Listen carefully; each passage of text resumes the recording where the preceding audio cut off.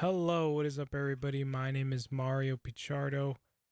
Welcome to another episode. Today, we're going to be talking about this article coming out of the Wall Street Journal stating that 1/4 of working Americans have zero retirement savings. Uh, Subtext here reads American households remain financially fragile despite booming job market, Fed survey shows. So here, if we go through it, we can kind of start to see that the kind of breakdown of where people are and are not spending their money. It says more than 1/4 of working individuals say they have no retirement savings. And then here it's kind of split out into where people are placing their money. You can see here how many Americans have absolutely no savings whatsoever. It's kind of astonishing, really.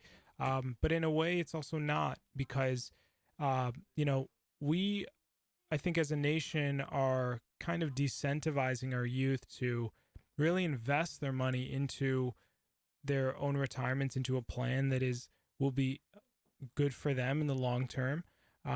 Most Americans, this really speaks to the fact that they're either unskilled or Americans, because there are many, many jobs that are open right now, but the jobs that are open require, a certain skill set that most Americans don't have, and they're not necessarily easy skill sets for individuals to pick up. And I think a lot of Americans, on the other hand, feel discouraged, feel really discouraged from doing better, from getting more in terms of money that they can really save, or Americans really are feeling discouraged in terms of getting the skills. I think that for a lot of Americans, they kind of were speaking particularly of millennials. I think a lot of us were kind of raised to kind of have to deal with so much debt out of college. When we signed up, and having to deal with the situation that where you are in a lot of debt, you don't really have a lot of money, even if you are working a job, kind of creates a kind of destitute like financial future, in which you're kind of saying, well, every dollar that I'm making is going into paying off these loans that can never be forgiven. And so, we're starting to see even the housing market. Look at the housing market and how well young Americans are performing there. Virtually none of them are really buying homes. The housing market, I think, we'll see really go down simply as a result of, well, the demand isn't meeting meeting what's on the market, the supply. And so here we can see it says roughly 1/4 of adults skipped medical care in 2018 because they were unable to pay, and about 40% have unpaid debt from unexpected medical bills incurring last year. It says, and almost 40% of Americans said they don't have enough cash on hand to cover an unexpected $400 expense. In most cases, they said they would rely on credit card balances or loans from family and friends. Now, this is really dangerous because I think that a lot of people, when they look at the rates, the credit card rates, they're astronomically high. And I just got a card myself that was like 29.99%. And so these rates can be incredible.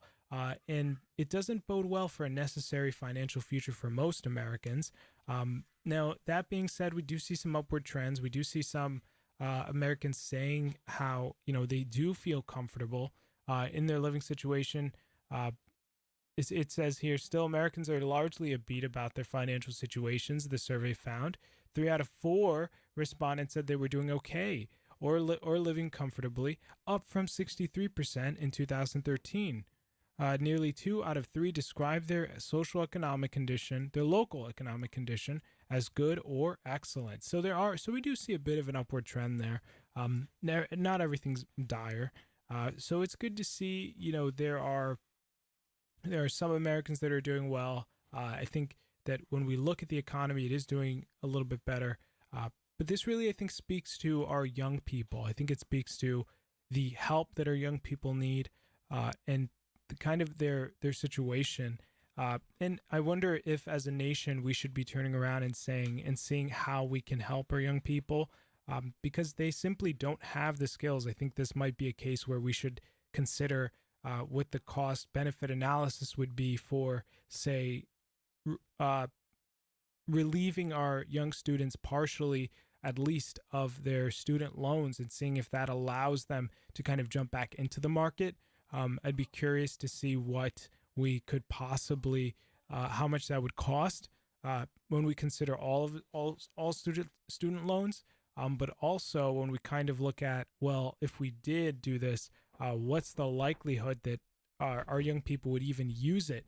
And is this really the problem for young people? Because, situations like this are never really very, very straightforward. It could be that what is really causing a lot of, and it could be a lot of factors. It's not necessarily one or the other, but it could be a case where, our young people are being held back by other things. It could be just simply their lack of a skill set. And so if we relieve the student debt, for example, in one hypothetical situation, it might not necessarily mean that we're going to see a huge percentage of our young people start to accrue jobs, start to accrue skills. Maybe what we need is to provide them the skills. Maybe it's a mixture of issues.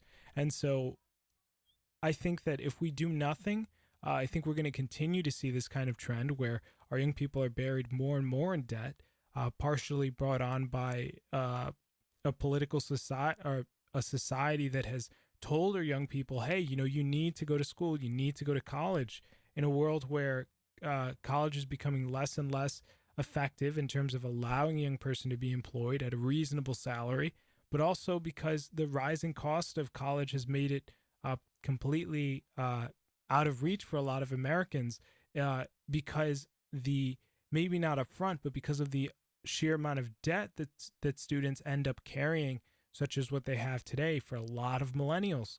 And we kind of seeing that start to spill over into all of these other industries, like the housing market. So here it goes on to explain, this is interesting, it goes on to explain the divide of who's faring best between white, blacks, and Hispanics. And here it points out that there is a bit of a difference where white respondents reported at a 12% higher rate than blacks that they found their financial communities. Here, let's see, what does it say here? The survey also found the racial gaps persist in household finances.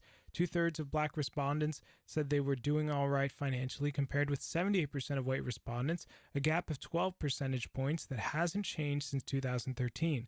Less than half of the black respondents, 47%, said their local economy was doing well, versus 68% of white respondents. The Fed surveyed 11,400 people between October 11th and November 18th, 2018. So it's an interesting little piece here. It kind of points towards the kind of trends that we're seeing financially today, but also it paints an interesting picture, I think, for the question of, well, we know that there's going to be a coming economic crash, and so the question really is, are Americans going to be prepared? Are they going to be ready for when the crash comes? Are they going to have the finances that they need, the supplies that they need to really be prepared? And I think that as we're looking here and as we're seeing that, I think it was 40% of Americans have $400 or less, don't have $400 to spend on themselves if there was an emergency that just popped up. Kind of really spells out the case that a huge percentage of Americans will not be able to react because they're seemingly living paycheck to paycheck to a situation where so they really wouldn't be able to react in a situation where they have to come up with cash quickly to be able to afford food, to be able to afford basic necessities of living, should, again, if an accident were to ever happen to them. So there are some issues here that I think need to be addressed. I don't know if the best answer for us as Americans is to turn around to our young people and say, well, we'll relieve some of this debt. I think that part of it is probably an issue with our schooling system, where we kind of said, oh no, go to college, you got to go make sure you go to college. And maybe our value system where college used to be something that was very beneficial to, and this is coming from someone who has a college degree. Um, there maybe we're in a situation where getting a college degree is not the best thing that we should be doing. But back in the day, it was. And I think that this is where a lot of that notion of getting a degree, of doing well, comes from, because getting a degree did matter back in the day. It did allow you to get a better job, and it did mean the difference between working at, a low wage place and working at a fairly, decent wage place where you can live and make a good salary. But listen, a lot of, I think, the current economy has a lot to do with having very specific skill sets, very specialized skill sets. Like data scientists, people looking for data scientists. One of my buddies at my job recently shared with me a article explaining how data scientists is like the new hot profession right now, and entry level positions for data scientists are earning about 90,000 a year. So, that was like crazy to see, but it also kind of points to the fact that, well, that's not necessarily a skill set that's easy to pick up either, though. You need to know a fair amount to be a data scientist in terms of the interpretation of data. But also, when you kind of look at IQ rates among Americans, IQ rates are going down, are actually declining. And so the question there is, well, if we're having such a large percentage of the population with lower IQs than in a service economy where everything really has to do with data, manipulations of data, handing out and marketing to certain people that require higher level cognitive skills, then how can we really expect our people to really be able to compete there? I think maybe, it's high time we brought back a lot of the manufacturing jobs. But then again, we also see the rise of artificial intelligence starting to co-opt a lot of these, labor intensive jobs. And so it's interesting because we're starting to walk into a world where it's almost like low IQ individuals really don't have too many outlets in terms of places to work or things to really do to contribute to the economy. And that does not bode well for our society. I think the Army has a certain limit to which someone can get employed there. And the Army is kind of like, has always kind of been there as like a traditional,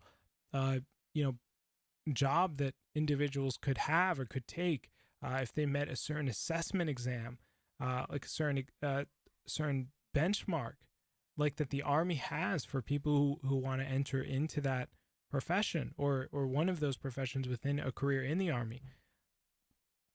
And so if our young people can't meet that standard, well, then we kind of have to turn around and say, well, what are we going to do with the X or so Americans who can't do these kinds of tasks? What is going to end up happening there, and why are our IQ rates declining? Maybe we're not doing enough to provide nutrition or some other things to our societies, to our children. So that's all we have here for this one, guys. If you guys like the video, be sure to smash that like button. If you loved it, be sure to destroy that subscribe button and to share it with your friends. Comment in the comment section. Really, anything that you do helps a lot with the channel, because it tells, it shows higher engagement for YouTube, and it tells YouTube, hey, this video is pretty good. We should share it with other people, so because they might like it as well. So that's all we have for today, guys. I'll see you guys in the next one. Take it easy. Peace.